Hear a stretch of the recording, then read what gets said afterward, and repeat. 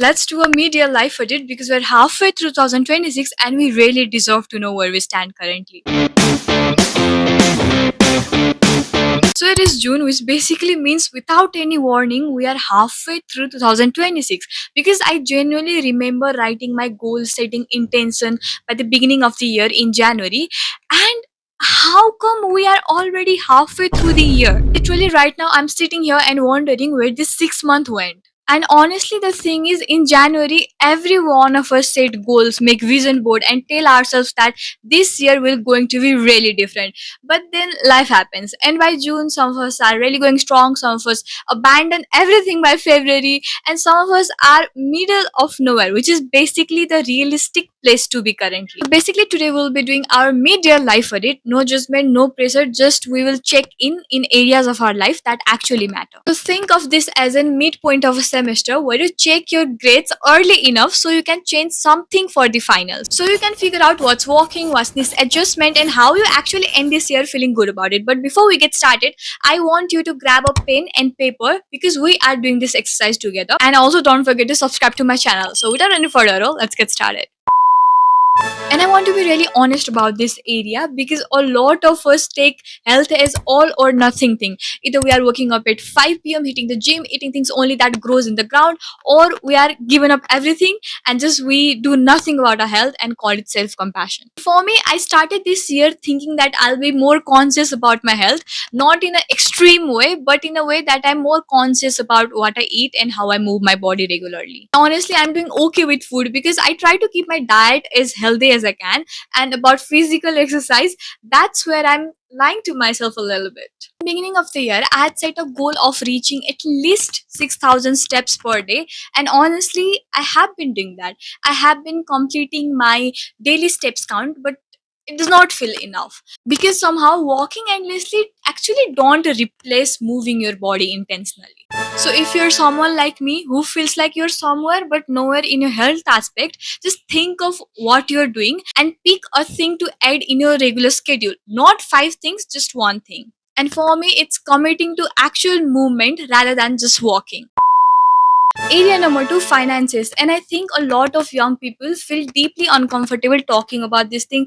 Either there is not much to talk about, or they feel that the gap of where they stand right now and where they want to be is kind of embarrassing. Well, it should not feel like that, but let's keep moving. And honestly, in 2026, I've been doing quite good in this area. And here is what's been working for me this year. Before I spend a single rupee, before I even think about spending that money, I divide that portion into half and directly transfer it to my savings account. And here is the actual trick. You have to fool yourself sometimes because once it's gone, it's gone. I don't see it, I don't count it. I only operate on the lower amount of money that I have currently in my regular account. And by this, I'm not saying that everyone can save about half percent of what they earn because a lot of you might be students, interns, and the math is just different there.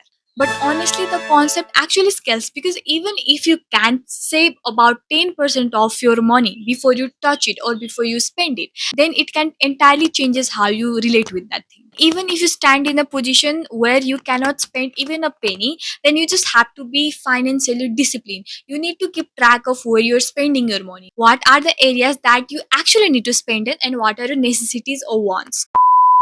Area number three, personal development. This is one where I actually feel good about myself. And I want to talk about this thing without sounding like I'm bragging because this is the area where you can actually invest your time and effort in your 20s. Something that you need to truly understand is that personal development does not always mean that you should do things that will help you in your career. It means that you're choosing to growing in whatever direction takes you. And lately this year, I've been learning things that will be useful for my career, that will be useful for my academics, and that will also make me wiser and grounded while I'm getting older. I've also set a rule for myself about few years ago that I will never say no to a new opportunity that might sound scary. And every time you say yes to something that scares you a little, you learn a lot of things that you could not even predicted.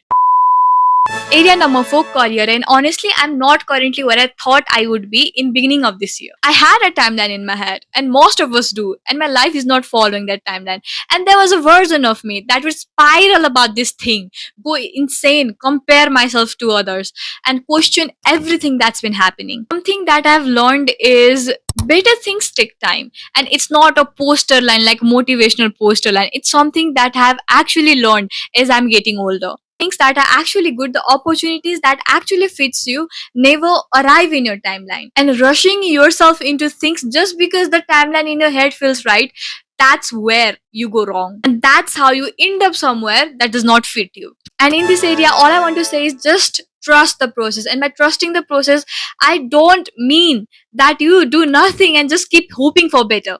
Keep moving, keep building, and keep on with your consistent effort. For our last area, let's talk about life in general.